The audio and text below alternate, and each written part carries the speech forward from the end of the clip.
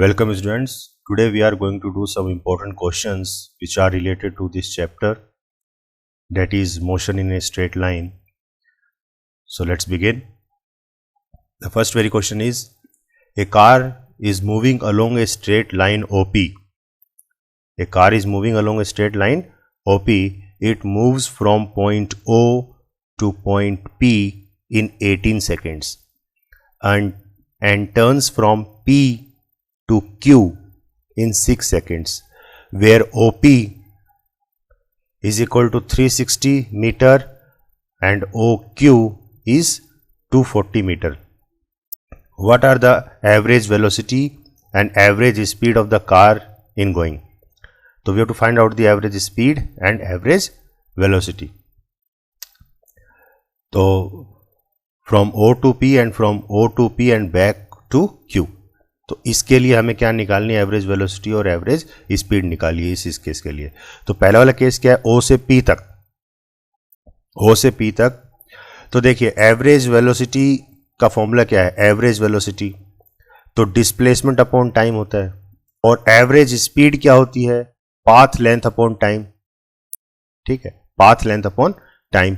तो पहले तो हम ये देख लेते हैं कि डिस्प्लेसमेंट और पाथ लेंथ है कितनी ओ से पी तक. तो देखिए ओ से पी तक क्या है? कि स्ट्रेट लाइन है. स्ट्रेट लाइन है तो इसका मतलब जो पाथ लेंथ है वही आपकी डिस्प्लेसमेंट भी होगी, और ये टोटल डिस्टेंस कितना है? 360 मीटर है. तो displacement is equal to path length is equal to 360 metre. दोनों ही केस में सेम रहेगी डिस्प्लेसमेंट और पाथ लेंथ, क्योंकि स्ट्रेट लाइन में ऑब्जेक्ट मूव कर रहा है. ठीक है, तो डिस्प्लेसमेंट अपॉन टाइम यानी कि 360 अपॉन टाइम कितना दे रखा है 0 से P तक जाने में? That is given 18 seconds. तो 18 सेकेंड्स हमने डाल दिया. ठीक है, तो मीटर पर सेकेंड ये कितना आ गया? 20. ऐसी path length upon time 360 upon 80, तो दोनों में सेम आ रहा है. ठीक है ना, दोनों में सेम आ रहा है. डेट इज 20 मीटर पर सेकेंड. अब हम देखते हैं डिस्प्लेसमेंट. तो डिस्प्लेसमेंट हमें निकालना है from O to P and back to Q. मतलब ओ से पी तक गया और फिर वापस पी से क्यू तक आ गया. तो पाथ लेंथ कैसे निकालो? Total distance. पाथ लेंथ क्या होता है? Total distance. टोटल डिस्टेंस हो जाएगा 360 और प्लस ये वाला जो डिस्टेंस है P से Q के बीच में. तो ये डिस्टेंस कितना है? 360 माइनस 240. तो ये डिस्टेंस निकल जाएगा. तो कितना हो गया? 360 प्लस 120. तो ये तो हो गई आपकी path length, that is 480 metre. और डिस्प्लेसमेंट क्या हो जाएगा? The shortest distance between initial and final position, that is the distance between O and Q. तो ये शॉर्टेस्ट डिस्टेंस कितना है? 240 मीटर. तो ये आपकी होगी पाथ लेंथ.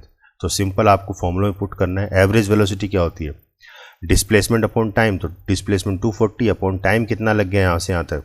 तो O से P तक गया तो 18 सेकेंड लगे, और P से Q तक जब आता है तो कितना टाइम लगता है उसको? 6 सेकेंड लगता है. ठीक है ना, ये दे रखा है ऊपर कितना टाइम लगता है P से Q तक आने में? 6 सेकेंड. ठीक है ना, तो 18 प्लस 6 और उसको डिवाइड करेंगे तो आ जाएगा 10 मीटर पर सेकेंड. ऐसे एवरेज स्पीड. तो एवरेज स्पीड क्या हो जाएगी? टोटल पाथ लेंथ तो 360 प्लस 120, तो ये हो गया 480. 480 अपॉन टोटल टाइम तो उतना ही लग रहा है 18 प्लस 6. तो इसको सोल्व करेंगे तो आ जाएगा 20 मीटर पर सेकेंड. तो this will be your average speed. ठीक है ना. Okay, next question. A particle moves along a circular path having radius r. कि कोई पार्टिकल जो है वो सर्कुलर पाथ में मूव कर रहा है जिसकी रेडियस कितनी है? r है. It starts from A point से वो स्टार्टिंग करता है and move in anti clockwise direction. Anti clockwise direction में मूव करता है. Calculate the distance travelled and magnitude of displacement of the particle having motion.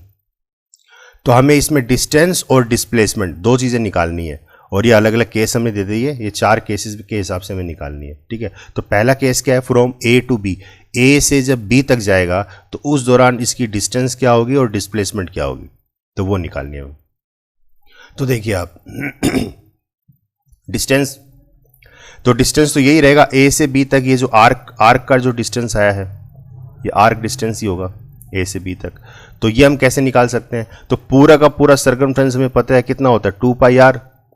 और 2 पाई आर को इसमें 4 सेक्टर में डिवाइड कर रखा है, तो एक सेक्टर का ये लेंथ कितनी आ जाएगी डिवाइड बाय 4 करने से, तो 2 पाई आर डिवाइड बाय 4, ठीक है ना, तो कितना आ गया पाई आर बाय 2, तो ये आ गई डिस्टेंस।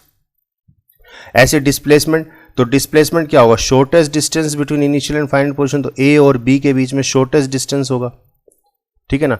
तो वो आप कैसे निकाल सकते हो, आप एक स्ट्रेट लाइन इसमें ड्रॉ करोगे, क्लियर है, क्या करोगे आप, एक स्ट्रेट लाइन आप इसमें ड्रॉ करोगे, तो फिर ये क्या निकल जाएगा, एक राइट एंगल ट्राइंगल निकल जाएगा अपने पास, ठीक है ना। अगर हम ए बी को कनेक्ट कर देते हैं तो ये ओ ए ओ बी, ये एक राइट एंगल ट्राइंगल बन जाएगा। तो इसमें हम ए बी निकाल सकते हैं, तो ए बी पाइथागोरस थ्योरम लगाएंगे तो क्या हो जाएगा, A B is equal to root over O A square plus O B square, ये होता है। तो ये हमें वैल्यू दे रखी है, ओ ए और ओ बी कितना आर है, तो आर स्क्वायर हो गया, तो ये बन गया 2r स्क्वायर, और ये फिर ब्रैकेट से बाहर आ जाएगा अंडर रूट से, ठीक है ना, तो रूट ओवर 2r, ये इसकी डिस्प्लेसमेंट होगी, क्लियर है। अब देखिए second case, from a to c, a से सी तक, इसमें डिस्टेंस कितना होगा, तो ये पूरा डिस्टेंस है, ये पूरा जो है, तो ये पूरा एक सर्कल कितना होता है 2 पाई आर, 2 पाई आर का हाफ हो गया ना, तो 2 पाई आर डिवाइड बाई 2, तो ये तो आ गया डिस्टेंस, तो 2 पाई आर डिवाइड बाई 2, तो ये आ गया पाई आर, तो पाई आर हो गया आपका डिस्टेंस। और डिस्प्लेसमेंट क्या होगा, shortest distance between a to c, तो वो ए सी होगा शॉर्टेस्ट डिस्टेंस, तो वो कितना है R plus R, that is 2r, तो डिस्प्लेसमेंट कितनी आ जाएगी यहाँ पे 2r, क्लियर है। अब देखिए फ्रॉम ए टू डी, ए से डी तक, यहां पे डिस्टेंस कितना होगा, तो ये 3/4 है, ये पूरे सरकमफ्रेंस का कितना है 3/4 है, ये क्लियर है। जैसे इस सेक्टर में हमने पहले वाले उसमें ऑप्शन में हमने निकाला था ये 1/4 था, ये वाला था, तो इसी को 3 से मल्टीप्लाई कर दो आप, तो इसका और इसका इन तीनों का निकल जाएगा, ये डायरेक्ट तरीका है करने का, ठीक है। या फिर वैसे कर सकते हो 3/4, तो 2 पाई आर टोटल सर्कमफ्रेंस और उसका 3/4, क्योंकि डी तक जब आएगा तो 3/4 सर्कल कवर हो जाएगा ये, तो इनटू कर देंगे हम 3/4 से, तो ये आ गया 3/2 पाई आर। ऐसे डिस्प्लेसमेंट क्या होगी, तो डिस्प्लेसमेंट ए से लेकर डी तक, यानी कि शॉर्टेस्ट डिस्टेंस कितना हो जाएगा एडी, ये वाला हो जाएगा शॉर्टेस्ट डिस्टेंस एडी। तो एडी जब लगाओगे आप तो ये वाला ट्रायंगल बन गया ए ओ डी, ये वाला ट्रायंगल बन जाएगा राइट एंगल ट्रायंगल, ठीक है ना। तो इसमें हम एडी निकाल सकते हैं पाइथागोरस थ्योरम लगा के, तो एडी स्क्वायर कितना हो जाएगा, या फिर सिंपल एडी कितना हो जाएगा रूट ओवर ओ ए square plus o d square, तो ये कितना है r square plus r square, and it will come out as root over 2r, clear. In one complete revolution, एक कंप्लीट साइकिल जब होगी, एक कंप्लीट रोटेशन जब होगी, तो उस दौरान कितना डिस्टेंस होगा, तो डिस्टेंस पूरा का पूरा, क्योंकि सर्कल कवर किया है तो सर्कल की सर्कमफ्रेंस कितनी होती है 2 पाई आर, तो डिस्टेंस कितना कवर हो जाएगा 2 पाई आर, यानी कि पूरी की पूरी सर्कमफ्रेंस है। और डिस्प्लेसमेंट क्या होगा, मान लीजिए ए से स्टार्ट करता है और वापस घूम के ए पे आ गया, ठीक है, तो इनिशियल और फाइनल पोजिशन के बीच में गैप कितना है 0, कोई गैप नहीं है, because a is initial position and again a is your final position, तो therefore there is no gap between a, तो देयरफॉर द डिस्प्लेसमेंट इज 0, तो डिस्प्लेसमेंट आपकी क्या हो जाएगी 0 हो जाएगी, ठीक है।